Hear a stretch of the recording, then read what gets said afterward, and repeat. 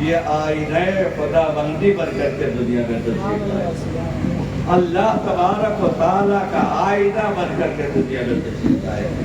تو جب سرکار دو جہاں صلی اللہ تعالیٰ علیہ وسلم وہاں گئے حجرِ عائشہ میں، تو آقا کریم صلی اللہ تعالیٰ علیہ وسلم کا چہرہ مبارکہ آپ کی شریک حیات حضرت خدیجہ الکبریٰ رضی اللہ تعالیٰ عنہا نے کچھ عجیب سا دیکھا تو آپ پریشان ہو گئی، آپ بلبلا اٹھی، کہا یا رسول اللہ آپ کو کیا ہو گیا ہے؟ آقا کریم صلی اللہ تعالیٰ علیہ وسلم نے ارشاد فرمایا زملونی زملونی زملونی زملونی زملونی زملونی۔